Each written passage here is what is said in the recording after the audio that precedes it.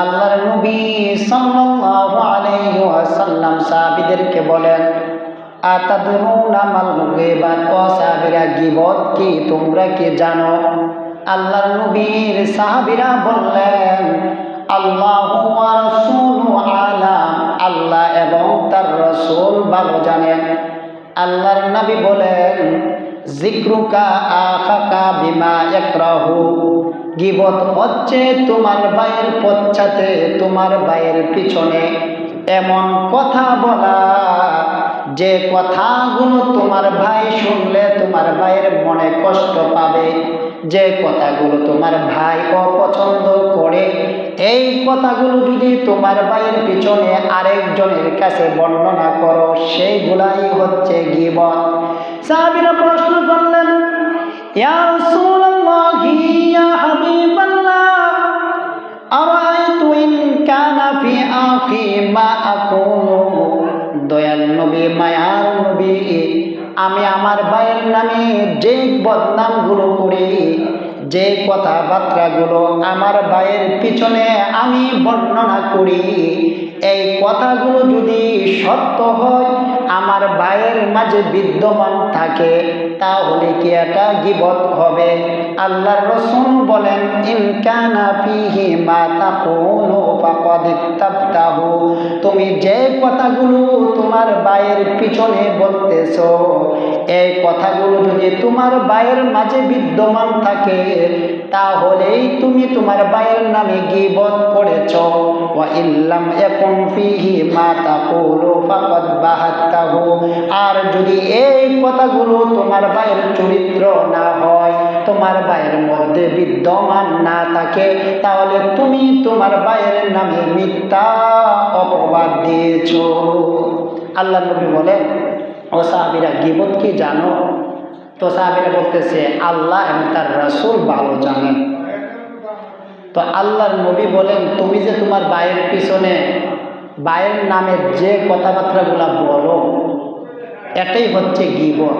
তো সাহাবীরা জিজ্ঞাসা করলেন, ইয়া রাসূলুল্লাহ, আমি আমার ভাইয়ের সম্পর্কে যে কথাবার্তাগুলো বলি, এগুলা যদি আমার ভাইয়ের মধ্যে বিদ্যমান থাকে, যে প্রকৃতি পক্ষেই ওনার মাঝে এই কথাগুলো বিদ্যমান আছে, উনি এই দূষিত, তাহলে কি এটা গীবত হবে? আল্লাহর রাসূল বলেন, যদি এই কথাবার্তাগুলো ওনার মধ্যে থাকে, এই দোষে উনি দূষিত হয়, তাহলে তুমি গীবত করছো। আর যদি এই চরিত্র, এই দোষগুলো যদি ওনার মধ্যে না থাকে, তাহলে তুমি তার নামে মিথ্যা অপবাদ দিয়েছ। এই জন্য কারোর পিছনে কারোর নামে সমালোচনা করা যাবে না।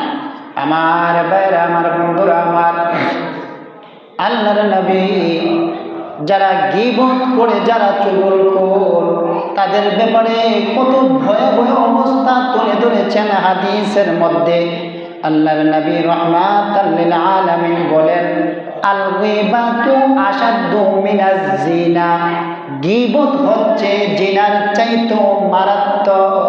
সাহাবীরা জিজ্ঞাসা করলেন, ইয়া রাসূলুল্লাহ, ইয়া হাবিবাল্লাহ, এটা আবার কিভাবে?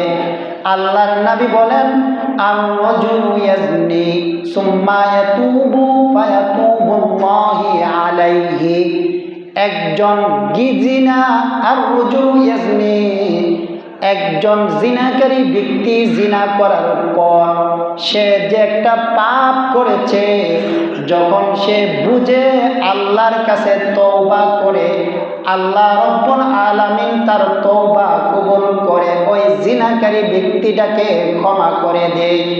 কিন্তু যে ব্যক্তি গীবত করে, ওয়া ইন্না সাহিবাল গীবাত, যে ব্যক্তি গীবত করে, লা ইয়াগফিরু লাহু, সে আল্লাহর কাছে ক্ষমা চায় না।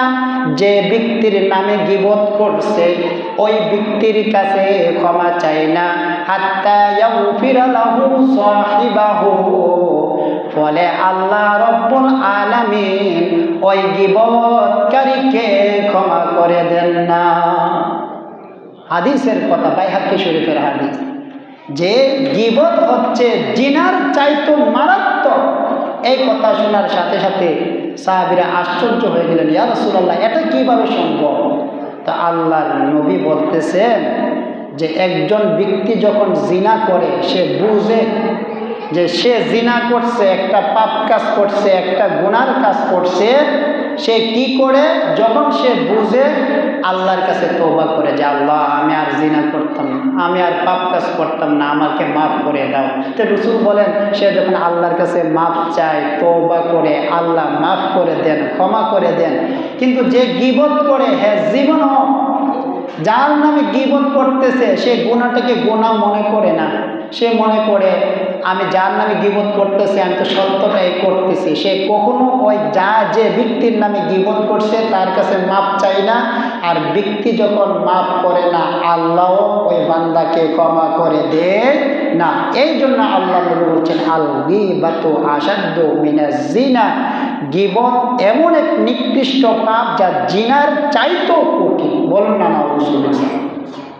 আমার ভাইরা, আমার বন্ধুরা, আমার আল্লাহর নবী সাল্লাল্লাহু আলাইহি ওয়াসাল্লাম মেরাজের মধ্যে যখন গিয়েছেন, আল্লাহর নবী বলেন আমি যখন মেরাজের রজনীতে এক সম্প্রদায়ের পাশ দিয়ে যাচ্ছিলাম, যাদের নখগুলা হচ্ছে তামার তৈরি, তাদের নখগুলা বিশাল বড় বড় তামার তৈরি নখ, তারা সর্বক্ষণ তাদের মুখে এবং বুকের মধ্যে আঁচড় মারতে লাগলেন।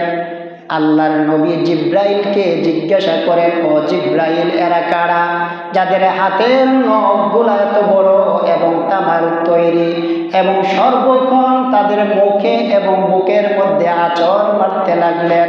হযরতে জিব্রাইল আলাইহিস সালাম বলেন, ইয়া রাসূলুল্লাহ, ইয়া হাবিবাল্লাহ, তারা হচ্ছে তারা যারা দুনিয়া থাকতে তাদের ভাইয়ের অনুপস্থিতিতে গীবত করত।